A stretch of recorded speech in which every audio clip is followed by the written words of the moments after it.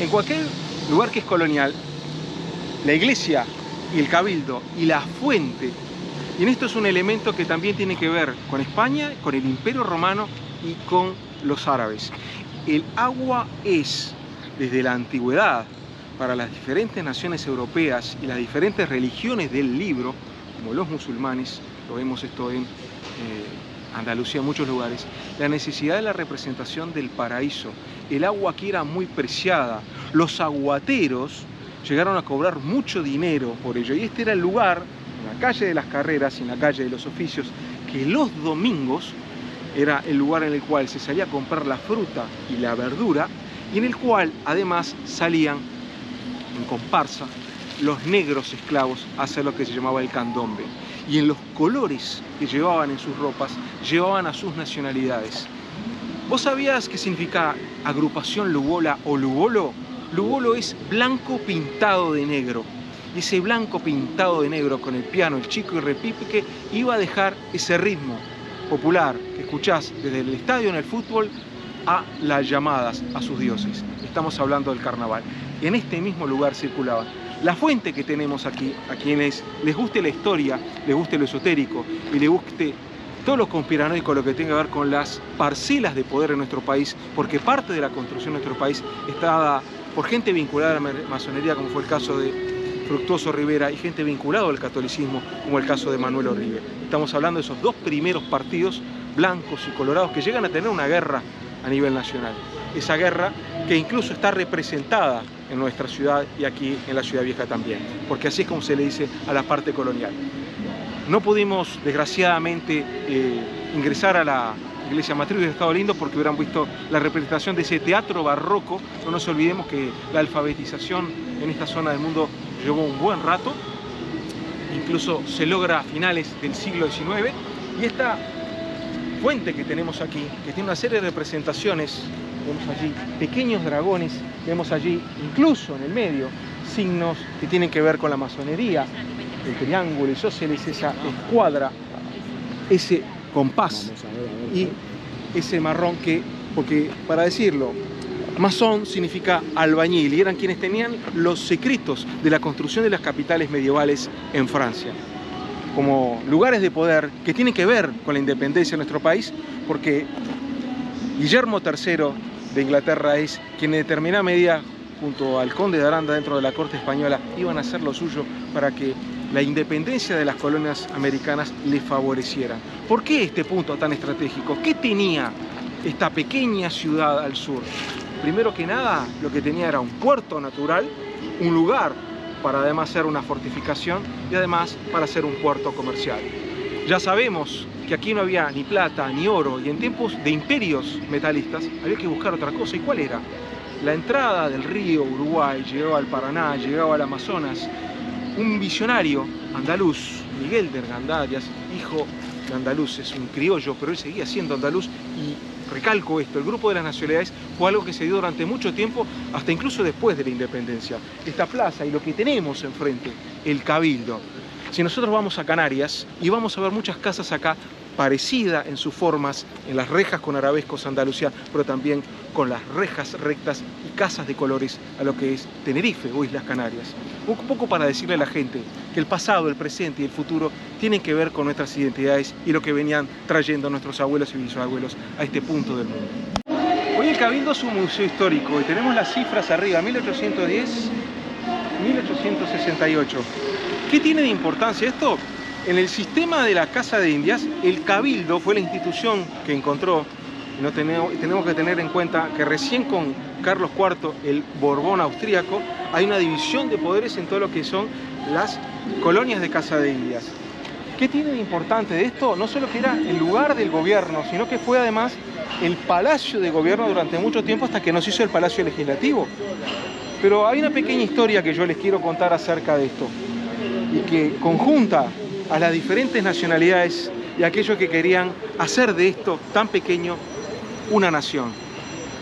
Recién estábamos en una puerta hablando con Alejandro acerca de la iglesia matriz. En un costado debajo, durante décadas, funcionó un lugar que se llama, el escultismo en nuestro país, que se llaman los Boy Scouts, una actividad que había sido traída durante las invasiones inglesas por Baden-Powell, y era una forma de darle una disciplina, y esto lo tuvo también en cuenta don Pedro Figari, para aquellos chicos un poco difíciles de carácter, algunos huérfanos, y se creaban estas instituciones en nuestro país, ya dentro del finales del siglo XIX e inicios del XX. En ese local donde está todo eso, y en esto nos ponemos un poco conspirativos, era la forma de conspirar de los criollos. Claro, si había una invasión había que huir y había que llevarse a los generales y a los grandes, ¿no? Entonces, debajo de lo que hay de esta inmensa plaza, hay algunos túneles que yo, siendo adolescente, porque pertenecí a la Asociación de Scouts Católicos, a la brigada S11 que trabajaba aquí, llegan hasta aquí, hasta el Cabildo, y van hasta buena parte del Cubo del Sur. Era una forma, digo, de salida rápida en el caso de una invasión. Estamos hablando de que la fortificación entera tiene un largo de 2 kilómetros. Hoy vemos el puerto, pero en realidad el puerto era mucho más chiquito y además era muy fácil entrar aquí, porque esto es, para que aquellos que están mirándonos de otros lugares del mundo, esto es una península, miniatura, chiquitita. O sea, la ciudad colonial está dentro de una península. Aquí no llegaba el agua, aquí tenía que estar el puerto, y acá además tenía que ser una zona fortificada. Tengamos en cuenta que esos canarios y esos primeros colonos que hay en nuestro país vienen queriendo tener su parcela de tierra en promesa, su promesa de estancia y además el título nobiliario más bajo que había en tiempos de Casa de Indias, que era ser don. Aquí vemos la influencia de las diferentes colonias españolas que tuvimos. ¿Por qué? El tipo de construcción que es en alto y en bóveda era porque obviamente aquí hacía mucho calor. Y lo que tenés a tu espalda, Alejandro, es justamente una reja en arabesco. Estas rejas en arabesco que permitían, y esto sí tiene que ver con la Hispania antigua, siempre en un lugar de justicia, como ya sabemos, la casa de justicia en tiempos del Imperio Romano, en lo que hoy conocemos como iglesia o eclesia y asamblea, finalmente tiene una entrada en la cual se va la autoridad, que es una escalera en la entrada. Pero acá hay otra cosa que tiene que ver con Andalucía y que tiene que ver también no solamente con el tipo de luces, que hoy las vemos de forma eléctrica, pero que anteriormente era el lugar donde se repartían las velas. Estos patios que tienen que ver con Andalucía, también fueron tablaos de baile. La Casa de Andalucía también en algún momento estuvo vinculada acá. ¿Cómo en su momento va a tener su propia casa en el Parque Rodó? Rodó es uno de los poetas más importantes de la historia del Uruguay. En esa misma Casa de Andalucía, que tiene 2 calles que le llegan, y esas calles que le llegan tienen que ver qué es lo que más le gusta a un español o a un descendiente de italianos: comer y beber. Allí, la calle Joaquín Requena y la calle Joaquín de Salterain muestran las otras partes de esa identidad uruguaya que se va formando y mezclando a través de la comida. Aquí en esta parte de este patio colonial, que tenemos una separación entre la vida social que se da en la primera parte del patio y aquí esta otra parte social en la cual las personas mayores y los niños jugaban en torno a la vegetación, que era la forma de obtener la frescura. Era una ciudad sumamente calurosa. Si vemos, incluso lo podemos encontrar en nuestra pintura, caso de Pedro Planes Viale, la cantidad de azoteas montevideanas que hasta el día de hoy se ven incluso en barrios cercanos a donde es La Aguada y donde es El Ejido, era que se buscaba la frescura entre esos veranos tórridos. Y tiene que ver con este tipo de vegetación que vemos aquí, que es el centro en el cual los niños jugaban y que hoy, en este cabildo, se muestra cómo fue evolucionando el entorno alrededor de la plaza que hace unos minutos vimos atrás. Esta es una forma de que entiendan de cómo las diferentes comunidades no solamente estaban aportando su identidad, las italianas, las españolas y particularmente las españolas. Lo van a ver incluso hasta en la comida, en las calles, cuando vayamos caminando por aquí. El eclecticismo que tiene la ciudad de Montevideo, pero particularmente la zona colonial, habla de esa construcción de identidad que vamos a ver incluso en el mismo puerto. Lo que tenemos acá, que nos referimos en esos tablados andaluces, esas casas coloniales, la necesidad del agua, la representación del paraíso, porque tiene que ver con la gente que vino allí, la necesidad de reconstruir su mundo, reconstruir ese lugar que no iban a volver a ver. Hoy nosotros hacemos 12, 14 horas y podemos ir a la tierra de nuestros ancestros, pero el que emigraba a esta zona del mundo sabía que su familia no iba a volver a verla. Hay que fijarse en la crudeza de ello, pero también en la necesidad de generar una identidad, aunque fuera en otro lugar del mundo, en esa promesa que le había dado la Casa de Indias. Esto que vemos acá, que es siempre la promesa del agua, que para los árabes, para los andaluces en particular, es la promesa del paraíso y la prosperidad. Tiene una serie de representaciones que son las gárgolas con el agua y los delfines en la parte superior. Todo eso son elementos que heredamos de la vieja Hispania romana, porque el mismo sistema de colonización de aquellos soldados romanos que fueron Hispania, Germania y Lusitania, de darles una parcela de tierra, fue traído también acá a América y fue la construcción, como se dice en una buena parte de los historiadores, de esos nexos inquebrantables entre lo que es justamente los reinos de España y Latinoamérica, esa Iberoamérica que no solamente es la lengua, las costumbres y la creencia. Siempre en los edificios de las leyes, y esta es una costumbre que heredamos de España y que heredamos de la vieja Hispania romana, en lugar del archivo, porque capaz aquí, luego de la independencia, el sistema de bautismo que estaba dentro de la iglesia matriz se traslada al Estado al ser laico, se hace primariamente en el cabildo. Y siempre la información está del lado izquierdo, cuando entramos al cabildo, y del lado derecho está lo que se llama la sala del tribuno romano. Ese tribuno romano en el cual se va a ejercer las leyes y las reuniones de ese poder legislativo que, si bien era colonial, iba a ser el primer lugar de leyes de la joven nación a partir de 1830. Y en esto una pequeña excepción. El concepto de Estado, de nación y de soberanía del siglo XIX es diferente al del XX. Desde el punto de vista del XX, la forma de soberanía de un país es tener una moneda. Y en eso tiene también que ver las comunidades. Las comunidades que además se agrupan en el negocio, en el comercio, y aquí justamente en la Ciudad Vieja es donde se da. Hay algunas que son más importantes que otras, los valencianos, pero particularmente la catalana, con un señor que se llama Josep Batlle y Carrió, tío abuelo de José Valle y Ordóñez, al cual se considera en nuestro país el padre del Estado moderno uruguayo. Estamos tomando algo luego de calentar el garguero un buen rato acá con Alejandro. Lo que tenemos arriba es el Club Uruguay, y siempre cuando se dan los cambios de poder y cuando se dan las independencias, los grupos de poder y los grupos económicos tienen cosas en común. ¿Y ese cosa en común qué es? Es las diferentes formas de vida. Acá vinieron una cantidad de familias, algunas de origen inglés, algunas de origen austríaco, algunas italianas, algunas españolas, que justamente la diferencia que podían tener un bisabuelo como el mío que venía con un frasco de aceitunas y con su marrón de la construcción a trabajar, otras vinieron con dinero, pero no tenían la información económica de hoy si un negocio era redituable. Huían de una guerra, huían de un conflicto mundial a invertir en algo que podía ir muy bien o podía ir muy mal. Algunos de ellos se fueron a barrios más pudientes, pero también muchos de ellos quedaron en el camino. Y como incluso dice parte de la música uruguaya, me estoy refiriendo a la canción Durazno y Convención de Jaime Ross, muchos quedaron siendo judíos pobres que perdieron esa riqueza durante el tiempo, y otros no. Lo ecléctico de la Ciudad Vieja, y hablábamos hace momentos atrás del Club Uruguay, incluso esos signos de la C y la U, que tiene que ver con la heráldica. ¿Y por qué me quiero referir a esto? En la parte superior, en lo que son los adornos de bóveda, encontramos no solamente el león, sino también el águila.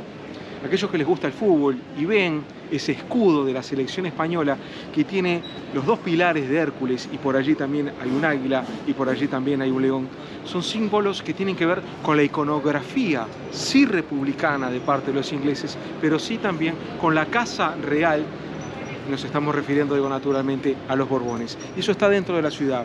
¿Por qué nos referíamos al tema de la heráldica? Porque buena parte de la herencia que hay de esos nobles que contribuyen a la reconquista de los territorios españoles hacia los moros, se les paga con tierras a través de Casa de Indias en diferentes lugares de Latinoamérica. Y eso tiene que ver también, que algunos de esos apellidos tienen que ver con esas primeras familias patricias, esos primeros criollos que tienen no solamente apellidos en particular, con algunos lugares de España, como Andalucía, como el País Vasco, como Cataluña. Lo vemos incluso hasta en los presidentes. El presidente actual, Lacalle Pou, está entronizado entre Cataluña y Andalucía. El presidente anterior, Tabaré Vázquez, tiene que ver con un nombre indígena propio del Uruguay. Lo mencionábamos minutos atrás cuando empezábamos a charlar aquí en la Ciudad Vieja que tenía que ver con todo ello. Y Vázquez, obviamente, con esa castellana. Mujica también tiene que ver con ello, y estamos hablando ya más del norte del País Vasco y también con Andalucía.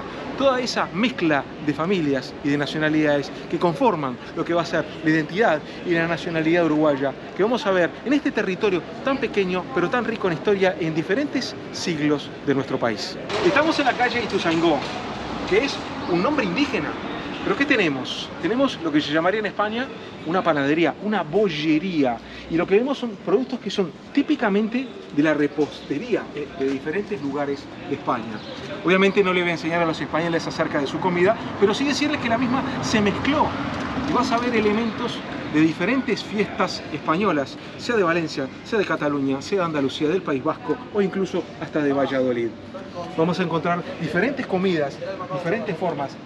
Hay una comida clásica que ya la sabemos, la pasta frola. Obviamente su origen no se lo voy a explicar a los que nos estén viendo desde España.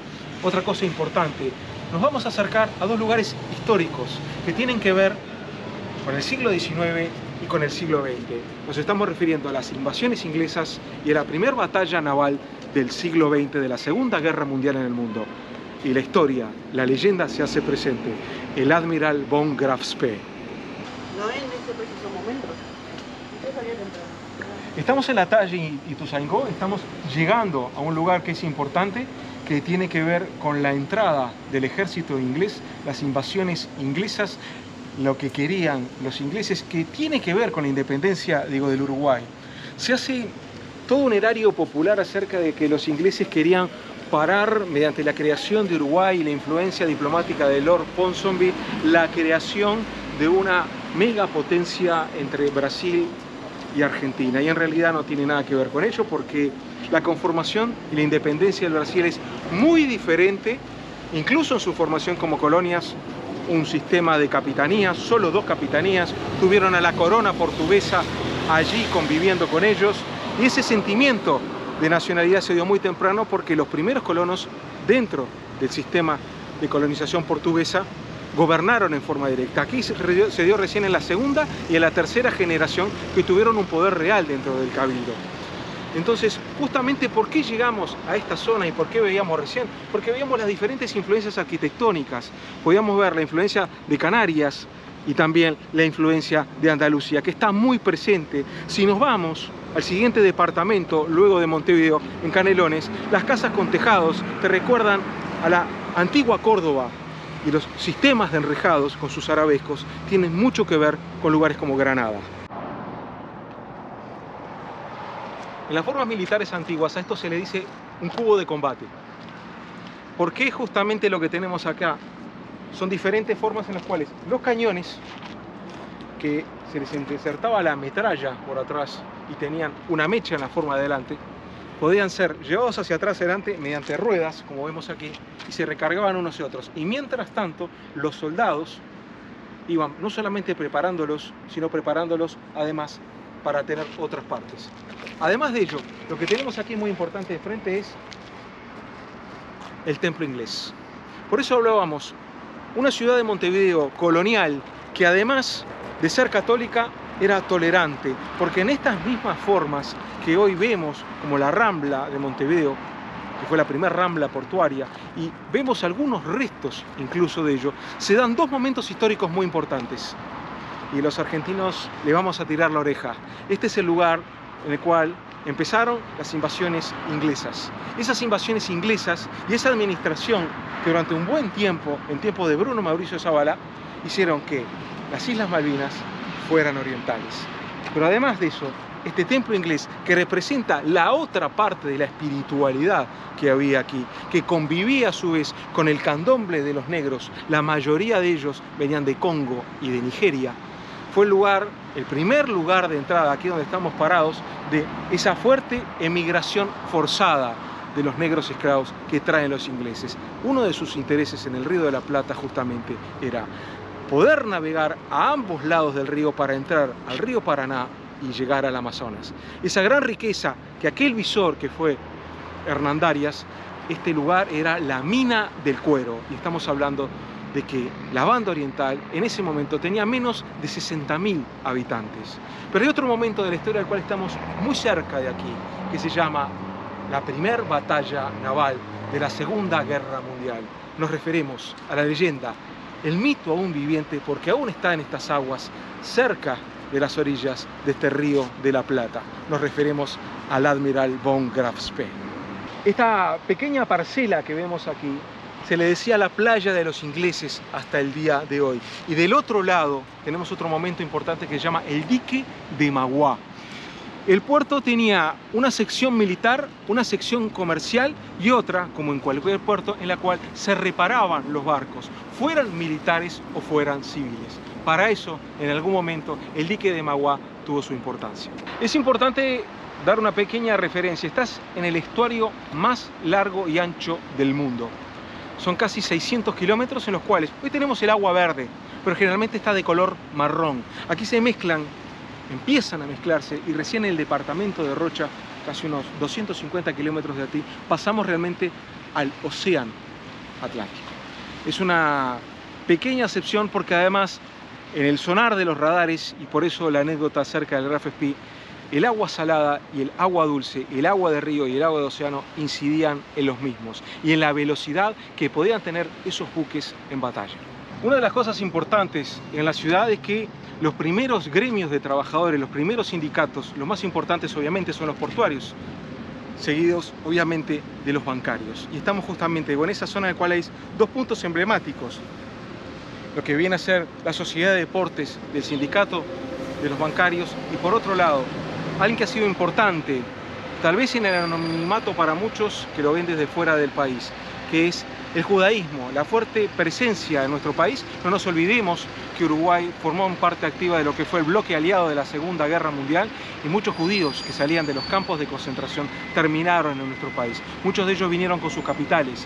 Hebraica y Maccabi no solo es una referencia en la sociedad uruguaya, no nos olvidemos que hay una fiesta muy importante que es la celebración de la congoja, ¿no?, de lo que tiene que ver con el exterminio de los judíos en los campos de concentración en la Alemania nazi durante la Segunda Guerra Mundial.